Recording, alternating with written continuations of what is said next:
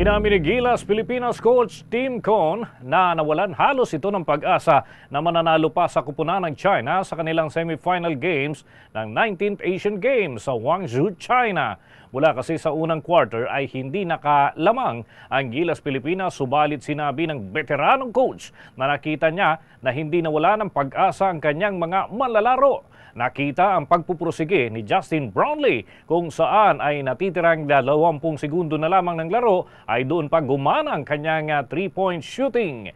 Pinuri ni Con si Brownlee dahil naman sa pagiging isang clutch player, ganun din ang mga manlalaro nito dahil naman sa hindi pinabayaan na matalo sila ng kanilang katunggali. Agad naman silang magsasagawa pa ng mga ensayo ngayong araw para sa paghahanda doon sa muling paghaharap nila sa kupunan ng Jordan sa finals. Magugunitang noong nakarang linggo ay tinalo ng Jordan ang Pilipinas sa score na 87-62 sa Group C ng Asian Games.